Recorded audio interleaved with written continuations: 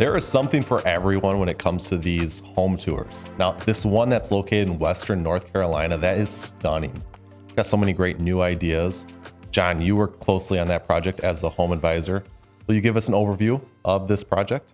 Yeah, absolutely. So the customer came to us looking to build a vacation home in the mountains.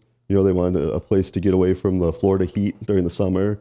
Wasn't going to be their primary residence. So looking to design that vacation mountain retreat style. They really fell in love with Golden Eagle during the Building My Dream Home series video.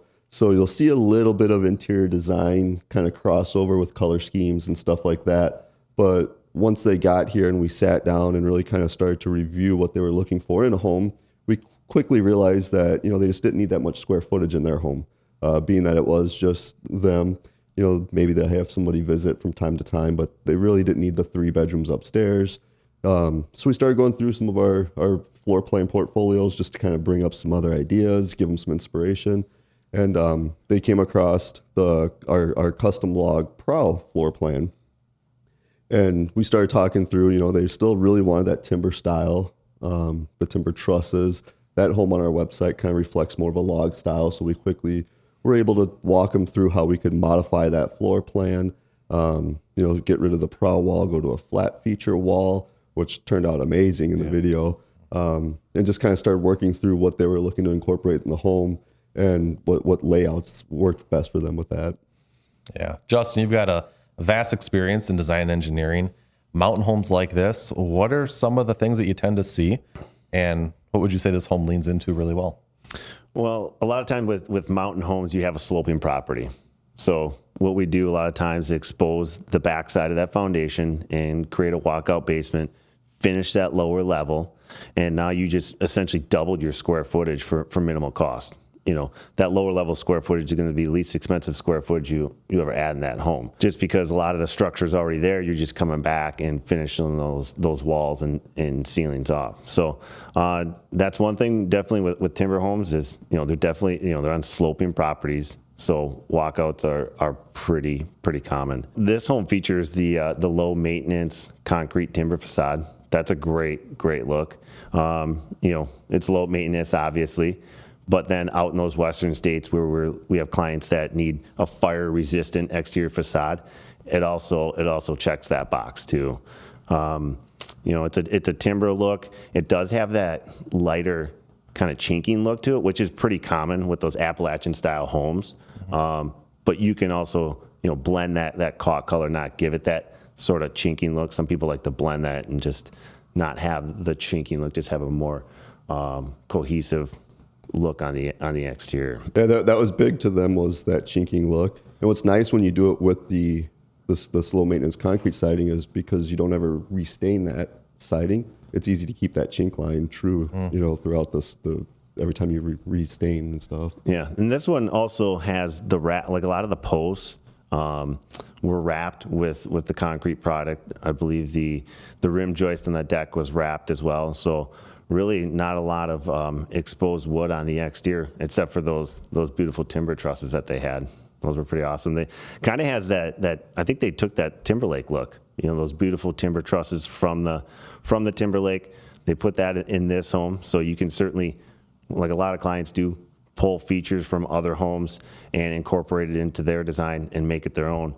One thing I did notice is that threaded rod on the exterior truss. I love that look. It's there for structural integrity. It's there for structural purposes, but it also gives that industrial look, that industrial theme that we kind of see throughout the rest of the home. So that is a true structural timber frame truss, mortise and tenon joinery. Exactly. Yep. Yeah, that's incredible. What is the span on that, John? Were you saying 26 feet? Yeah. Yep. Yeah. Mm-hmm. Yeah. That's pretty huge, and that's probably why that feature wall makes such a large impact. When you're in this space, it just draws your attention to it. Yep. I think that it makes a good case as to why to put the fireplace off to the side. Mm-hmm. Absolutely. Especially when you got a view like this. Yeah. It eliminates those posts on the exterior, so you don't have those structural posts coming down. We also beefed up kind of the rim joist on the deck framing and eliminated a lot of those posts underneath the deck. So when you're in that lower level, you're not looking through posts or concrete pillars. We eliminated as many as we could. I think there's probably only 4 on the exterior of that home. That's pretty amazing. So Lucas, we had that low maintenance concrete log siding on this home. There are other low maintenance options available at Golden Eagle, and we even saw it on this home as well. Yep. Right? Yeah, that's a great point to bring up. So they incorporated, I thought they did it really well, a good mix of different products on the outside. So they incorporated some of the low maintenance shakes in the gables. And then something that we don't see as common, but I thought it looked great, was the stone that they put in the gables also. It's a great mix. It kind of gives you a different visual, different appeal in different areas. And even on that screen porch area where they changed the direction, different product where they went vertical on that. So it gives it a different interest in different areas. One other thing to point out too, on that lower level, they did that kind of soldier course where they put the vertical stones above the openings. I thought that was a really good touch. Boy, these are really good points. Something that we saw with those gables, I love that you pointed that out because it makes me think of that log home construction series that we had done. Sure. I believe it's called the Log and Timber floor plan. Just a pretty broad name because it really does encapsulate a lot of great options that are available with our homes. And they did the stone up in the gables on that home as well. So it's kind of neat. We start to see these other homes that get featured, and then they provide inspiration for future projects as well. John, what would you say was some driving factors for these homeowners? You had mentioned that this was a second home. You're exposed to the elements. Is that why maintenance free was so important to them? Well, I mean, it was part of the maintenance or the elements, but also, again, it's their vacation property, so it's not that they're several states away. So it was a case where they just want to be able to show up and have least amount of maintenance. That's why you saw the maintenance-free decking, the maintenance-free railing. Basically, the only wood product they put were those trusses and then like the porch accent pieces. But that was really their big thing, was they wanted to reduce the overall maintenance of the home so that while they're there, they can enjoy the vacation time a little bit more. But they still wanted that amazing timber look. So really, when they were here, they were really torn whether they wanted to go with the wood siding or the concrete siding, but they loved both products. So I really like what was done with the purlins, or like the timber rafters, I should say, above the covered porch. Those rafter covered porches look so impressive. And then also over the garages. We're sure seeing a lot of that. It's a very nice aesthetic, especially when you have a tall gable wall. Yep. It looks really nice on there. It's a great way to kind of break up that big, expansive gable end wall and give a transition in between those two facades, maybe on that exterior wall. Yeah, it's a great look. Yeah, and the way they incorporated the wood outside, even wanting to maintain a low maintenance home, the timber rafters and that eyebrow roof, those are great ways to incorporate the timber products because those are undercover and those aren't going to be as exposed as a wall might be. So I'm a big fan of those accenting metal roofs, like what we saw on their covered porch. We first started seeing that it was the airstrip home, the home with its own private runway. That's where I think we really started to see it featured on our homes, and others began to adopt it. I know on the Dream Home video series, that also then continued the popularity of it. You don't generally see that on a lot of new construction, but it's pretty unique for our homes. I really like the what would we call like a craftsman style roof where we extend the overhangs out a bit further. I think that also adds a lot of interest to the roof system as well, and additional protection and coverage. Yeah, and the overhangs on this home are 3 foot to begin with, so extending those out an extra foot is just going to shed water away from the home, sunlight away from the exterior facades, and help protect those sidings and facades. Speaking of sunlight, like that's why that covered porch is so important on this home as well. Because just imagine you got all that glass. And when you got the big covered porch, now you don't have the direct light coming in when the sun's at its highest point of the day. Yeah. Speaking of glass, I love how they brought those windows down on the great room gable end all the way to the bottom. I mean, I think there's just a piece of 12-inch trim there. Has a couple outlets in it. But just full height glass all the way down to the floor. Just opens up to that spectacular view that they have. Yeah. there was zero wall space on that. And Zach, you touched on it perfect in the video. it's glass and timber. It's really impressive looking. Didn't that hand hewing look good on that trim too? Yeah. Yeah. Well, and that's the thing, you know, I mean, we build those products, we manufacture those timber products, and then we design the home with those sizes and shapes in mind so that you have that seamless look. You have that one piece of timber on the bottom. We know how big that timber has to be, how big that space has to be from the jamb to the floor. You know, like you pointed out in the video, some of those little things that we do behind the scenes that most people don't think of until it's too late, like that kitchen window, making sure that crown molding didn't die or protrude onto that casing of that window. It looks nice. It looks intentional. You know, those are little things that we do behind the scenes that people maybe take for granted, you know, until sometimes it's too late. But those are things that we do on a daily basis. Well, here's a really good point. I've heard you talk about this so many times, Justin.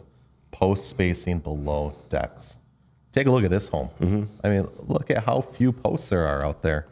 You've got those massive patio doors, and we don't have an obstructed view. That's so important when you do have this multi-million-dollar view. And it just gives you that much more outdoor living space. You know, imagine if you had a bunch of posts down there now, what could be dubbed as a nice covered porch area underneath the deck. You're working around posts and stuff, so you don't have the space for furniture if you wanted to or something. So getting rid of those posts, not only are you maximizing that view, but now you've kind of doubled your outdoor living space as well. Yeah. And here's what I love about like what we do here. Like that's all stuff that we care about. And we just know that it's very common for our clients. So we would adopt that into our design. We don't put posts in there for you to come back and say, hey, what about my view? Now we already know you've got a great view. Like, we already have these assumptions in mind. So that way you don't have a finished home and you say, oh, why'd you guys design these posts here? So I just think that's something nice to point out. And it's one of those things that when you see a finished home, yeah, we highlight a lot of great details about the home. There's also quite a few things that we just don't get into the details of, but we do it before the home's ever built. And that's why it ended up being an incredible home. Yeah. I think from the the back elevation of that home too, and you mentioned in the video the double staircases coming down, and then the two different porches really gave it a nice balance and symmetry to that elevation as well. Yeah, agreed. Yeah, that stood out to me. I thought that was a good touch. It really, you know, it kind of brought in the backyard, making it a whole grand area. Yeah. One more thing on the exterior that I love, and I think I've touched on this before, but it is the side load garage. You know, a lot of times it has to do with the property and how you're going to approach the home and where the driveway is coming in. But that side load garage, what it does, it takes those garage doors off the front of the home. So you have a better, you know, curb appeal. You know, the home generally looks better from the roadside. And then, you know, it's easy access for the homeowner. They can pull right in the garage. But then when your guests arrive, they're pulling up to your house. They're typically stopping right in front of your garage, you know, right in front of your garage, and boom, that beautiful front entry is right there. There's no question, no guessing on where your front door is. It's right there. And with that home, we had the zero entry, you know, the zero entry garage. There's no steps into the home. There's one step, I think, onto the deck, but it was seamless when your guests arrived right into the home. And that's why it's so important to know what land you're building on, right? Yeah, for sure. And being able to plan for the driveway space, potentially clearing any snow if you're in a real northern climate. Yeah. All that is so important. Yeah, I mean, definitely. I mean, we're looking for a plata survey or topographical survey when we're designing your home. We're not trying to force this design or plan onto your property. We're working with the property. We're going to flow with the land. We're going to make it seem seamless coming in from the road into the house. So yeah, property first, and then designing the home to optimize, you know, the design of the home, the flow of the home. I recently met with homeowners who said that they were looking at Golden Eagle, they were looking at our floor plans, and they didn't find a plan that was quite perfect for them. So they went to an outside design firm and started to design a floor plan. And then it just wasn't quite working out for them. And they eventually came around to watching one of our videos, and they just heard the keywords of them hearing, all these plans are customized. Nothing is a stock plan. And they said, I don't know why that didn't stick with us sooner. We never would have gone to this outside design firm. And that's the point of what you're saying here is like, yeah, we want to know everything about your land. These homes are inspiration. You look at all these thousands of floor plans on our website. It doesn't mean that you need to pick one of those, right? It's just You're just pulling different elements that we like from those homes. And we're going to design it specifically for your area Yeah. that you're building. I mean, generally, I tell clients there's two ways to start. You know, we can start with inspiration from a lot of our designs, grab inspiration from a lot of other plans and, you know, make it your own. Or we can start with a clean slate. You know, we can start with just a sheet of paper, your property, and just start sketching and create truly a one-of-a-kind home. I mean, that's what we do. We custom design, you know, dream homes every day. Yeah, yeah. Let's work our way to the inside. There is quite a statement when you enter that great room. Isn't that incredible? With those 3 Morrison tenon timber trusses. Those in are there, John. beautiful, weren't they?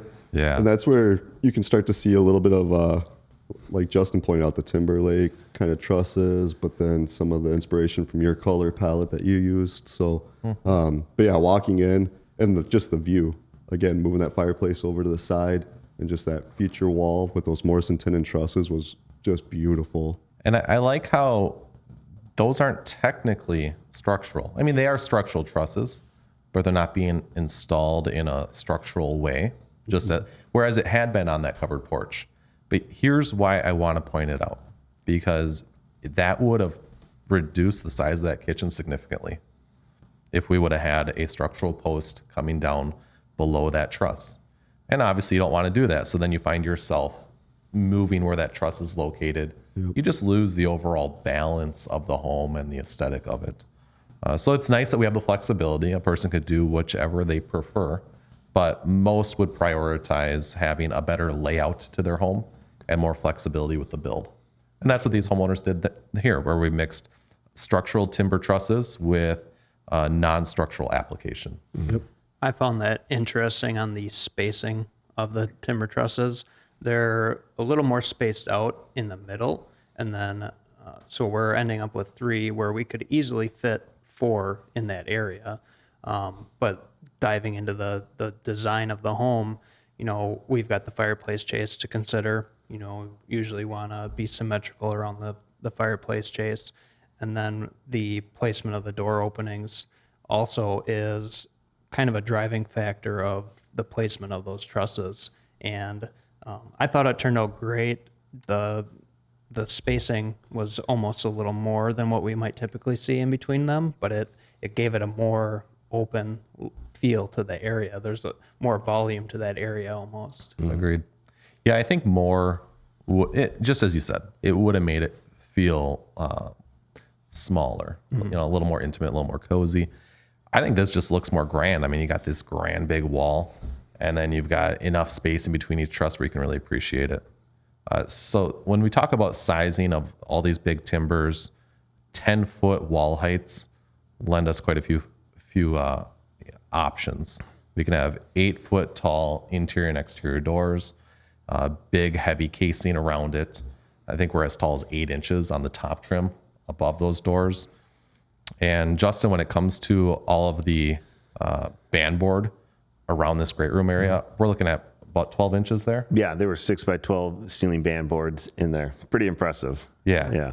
All hand hewn, you know, and that's, you know, once we get into the secondary rooms, like some of the bedrooms and bathrooms and stuff, we kind of tone it down a little bit just because it's a smaller space. You don't need something maybe as heavy, you know, and that's, you know, that comes with our expertise in designing these homes and seeing what's going to look best in those rooms. And you're planning out whether it's locations of doorways, but even like thinking about light switches where they're going to be. All of that matters because you've got like a 6-inch wide trim around those doors, and your light switch won't be nearly as close to when you're doing the rough-ins. All that needs to be thought of ahead of time. Right. Absolutely. And so this is not an ordinary home where an ordinary electrician would come through and just make their general assumptions. Right. So I think that's pretty important. You highlighted that earlier when it came to our cabinetry as well, because you know we got that big trim around that window in the kitchen. Yep. And we're planning for all that stuff. Absolutely. That's a pretty cool sink in the kitchen. Yeah, it was. Yeah, that big apron front. To me, whenever I see something like that, whether it's enamel or like a fire clay, that is kind of an ode to more of a farmhouse style. So I think it's kind of interesting to see a blend of that. We talked about the picking up on some industrial styling in this home as well, where we've got the big heavy black metal accents. All that stuff plays so well and pairs well with these heavy wood elements that we are seeing in the home. And then, you carry through, like you mentioned, on that big structural truss out on the covered porch, you got those big threaded rods, pulling that together. So I just like to see the continuation of all these different elements throughout the home, and I think it makes it all cohesive. Yeah. One little thing that I liked was the wood fire door between the house and the garage. It matched the rest of the doors in the home. I mean, typically that's maybe a steel or a fiberglass door, but we were able to get that as a wood door. It looked awesome. Yeah. Yeah, that was quite a laundry room, wasn't it? It was. Yeah. Yeah. John, what'd you think of that when they wanted the extra storage for hanging up shirts as they're drying, to be able to locate that above the washer and dryer? Yep. But it's not an eyesore when it's not being used. Exactly. It all just blended away. Yep. And like you pointed out, the cabinets were pushed up a little higher, but that's for the overflow stuff. When you stock up, when you come out, put the paper towels, that kind of stuff up there that you're not going to use every day. So it's not that bad to have to get a stool out to go up there once in a while to get what you need, but great way to incorporate some drying space that's really hidden when you're not using it. And we think of flow and functionality of the space. You're coming in from the garage, you've got plenty of countertop room to set the groceries and all your belongings. And even if you think of as you're exiting the home, you may be gathering up a few things to load up into the vehicle. So it's a good gathering spot. It was a must-have for them to have a space where they could keep their dog put away if, let's say, they had an unexpected guest show up and they didn't want the dog to necessarily be running outside or go to the door. They could keep them, kind of kenneled off there. So that was cool how that got integrated into the space as well. Absolutely. Yeah. But, instead of just having your typical dog kennel in the middle of the room or something, they wanted a space where they could, kennel the dog if need be, whether it's guests coming over or just for its own safety or whatever, So nice way to finish it off, but still have it look like it's intentional. It's not an afterthought. Intentional. That's what I love about building a new home, because you can be intentional about everything you're doing. And a home like this showcases that really well. You get a reflection of, how they're going to use the home. Oftentimes we see that in whether people have large islands, if they expect to host a lot, where the primary gathering spaces are. And this home has a guest bedroom up on the first floor. And I think that what's great about the guest bedroom is that you have another great view of the mountain range. And that tends to be a priority for our homeowners, is they want their guests to have a great view as well.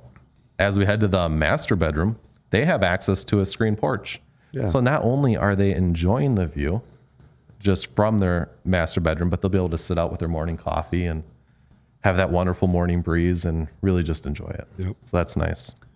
Yeah, it's an extension of the master bedroom.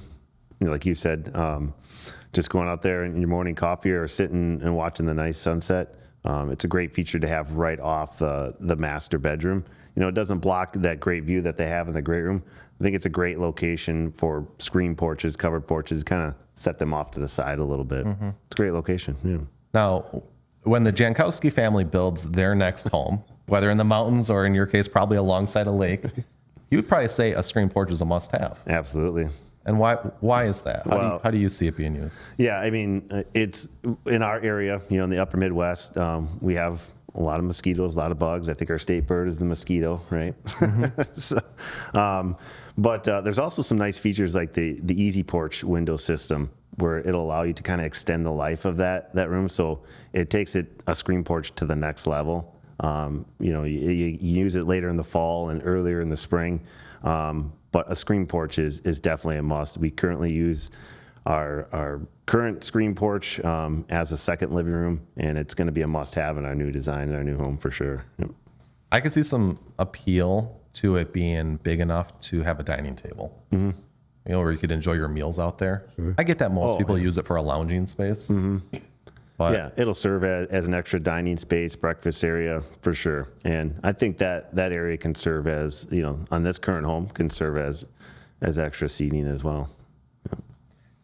John, we recently featured a design that you were a part of, that Minnesota Timber Ranch, and they took what you may think of as a 3 seasons room screen porch. Really, it's a 4 seasons room. Yeah. And then They it's got took the it to the next folding level. doors on it.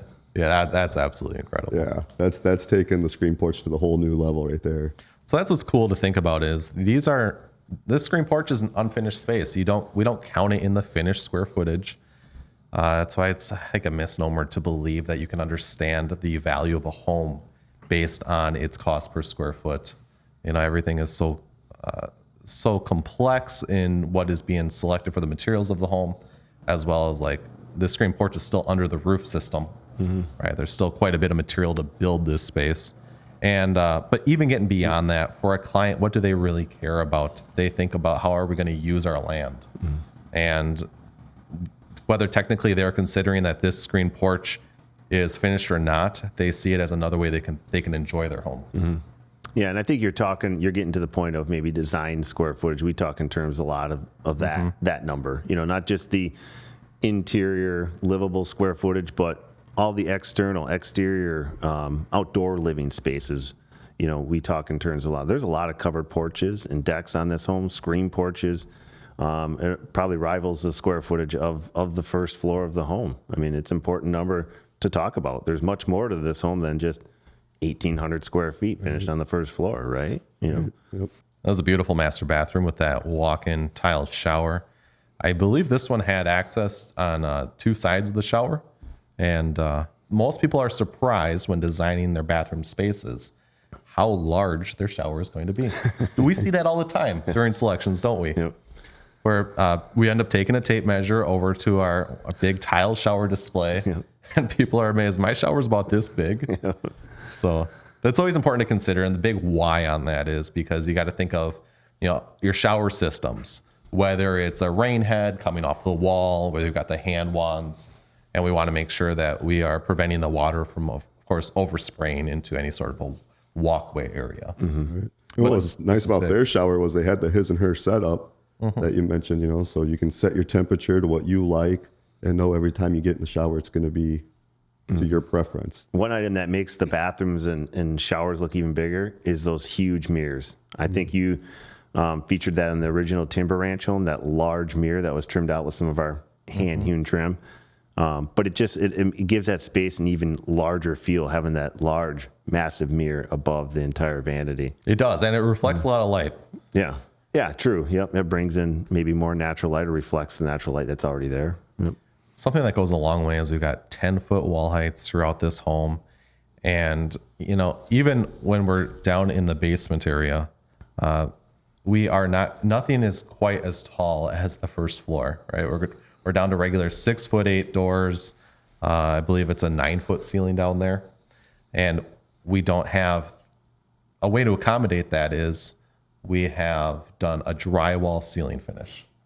Okay, so I'm pivoting to there because we're talking about how mirrors can reflect light and bounce it around. Same with the drywall in that finished lower level basement. So it was really bright down there. And when you're in a space that feels bright, it feels like it's just a continuation of the rest of the home. Of course, it helps that we have a tremendous amount of natural light coming in from all those patio doors. But that was great down there. And in fact, I would say that if you were to take any home of ours, and if you were ever to say that it had a little too much wood in it, if you just put some drywall on the ceilings, it would certainly make it a much more contemporary and ordinary looking home. And it's also a way for many to achieve a little bit more of a favorable price point. Because if you look at some of the reclaimed material that was used up on the ceilings on the first floor, it is stunning, right? It really grabs your attention. But to have such specialized material like that being used throughout the home drives it to a higher price point than to simply do drywall on the ceiling in the basement. And at the end of the day, it comes back to, with these customers, one, it was a little bit of a price point thing. Two, it was, she wanted it to feel brighter down there, like you'd mentioned.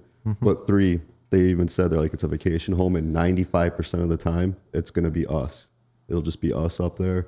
So that's why the master, was important to have the screen porch right off it. The upstairs was important. Let's take that to the next level. But downstairs, if we have company that overflows that extra guest bedroom, it might be like the grandkids that very rarely are down there. But, we don't have to go to that next level finish down there. I don't mean to suggest that having drywall on the ceilings would be anything less than.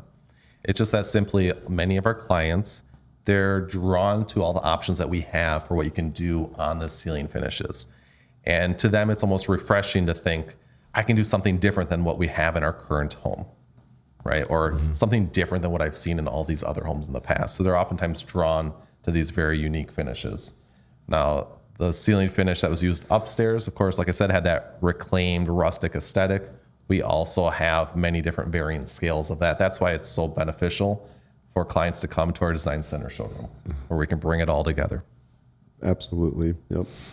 A great thing about these bedrooms in the lower level is that they tend to be a bit more spacious, right? We always seem to pick up more square footage down there, as well as they each have their own dedicated bathroom. So when someone is designing their floor plan, they may be surprised as to how much extra space they seem to have in the basement. How does that come to be? Can anyone explain the psychology behind that? Not psychology, but like the floor plan result of that? Yeah, I mean, a lot of times you don't have a kitchen down there, right? You know, maybe you have a bar or kitchenette, so that kind of opens up more space. Maybe not a full-blown mudroom. So you kind of capture some of that extra space that would have been eaten up by those up on the first floor. You know, a traditional entryway into the home, you know, you don't have that. So you pick up a lot of square footage in that lower level. And, you know, like in this floor plan, there are en suites down there. But storage is a big concern for a lot of clients too. And that's typically where you see a lot of the extra storage in the home is in the lower level. You know, so that's a great way to kind of not eat up some of that square footage, but a great place to utilize some of that extra square footage.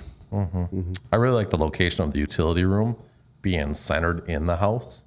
I think that's very convenient for running the electric, the HVAC and, you know, your MEPs, to have that be your central hub rather than pulling it from one side of the house versus the other. I don't think it's all that common to see it located in the center. So I think that's pretty unique in this instance. It was nice that they finished up the room too.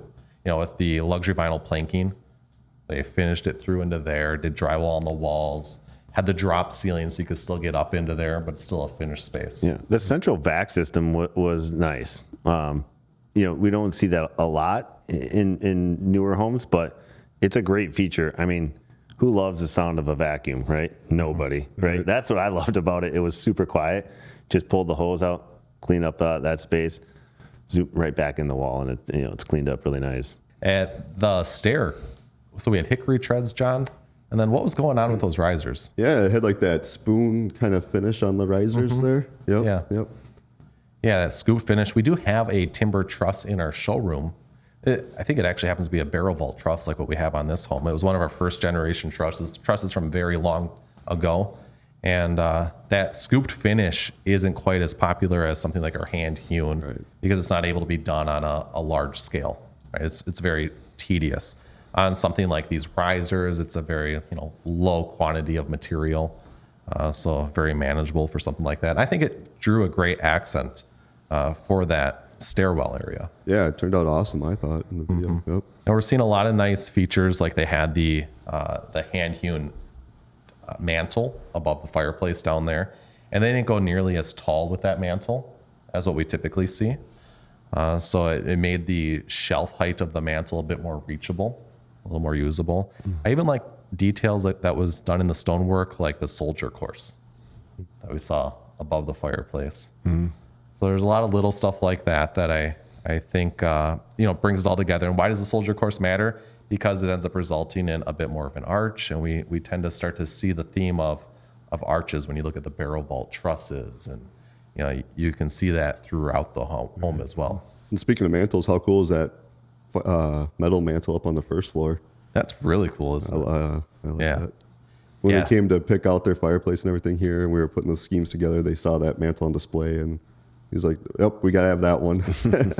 Yeah, that is beautiful. So a hammered metal mantle, non-combustible, and not that you'd really like. That's overkill to talk about it in those terms, because technically speaking, that fireplace can put out a tremendous amount of heat. It's over like 100,000 BTUs, isn't that right? Yeah. It allows you to bring that incredible. mantle down, though, is what it does, Yeah, too. exactly. So to the point is like we need to prevent a combustible material from being near the fireplace, just being that, this thing can put out a lot of heat. Right. Are you ever going to really stoke it to be that hot? You probably won't have that intention. But out of just extreme precaution, we can't have that non-combustible material close to it. So yeah, that's why it's nice to have that mantle. And, it looks great too. I like that it got, finished to actually match that fireplace. It's another way to bring in other textures, different textures throughout the home. We've got the rebar spindles and the metal work of that table too, like we pointed out in the video. It's just a way to bring different textures together, and they all blend flawlessly throughout the home. Yeah, those rebar spindles are popular. Can you tell us a little bit more about those? Yeah, they can be powder coated, clear coated, but they're a heavy duty, thick, industrial looking metal spindle, and it just adds a lot of interest. There's the detail of it rather than a smooth finish. So just another great option to bring different textures into the home. Yeah, I think on this home they didn't use that on the exterior, I believe, right? They did probably our maintenance-free powder-coated aluminum. Yep. And it's because it just helps with those sight lines, right? It's easy to see through the maintenance-free aluminum, whereas the rebar, it really grabs your attention. That's why I think it lends itself so well inside the home, because it just becomes another big feature to look at. Right. Well, this was an incredible home. We were really eager to have this one be released on YouTube. Absolutely stunning. If someone wants to build a home like this, Justin, what would you say is their best way of starting that process? Yeah, you can go to our website, because our phone number is there. It's going to be 1-800-270-5025. Give us a call or shoot one of us an email, and we'd love to get started building your dream home.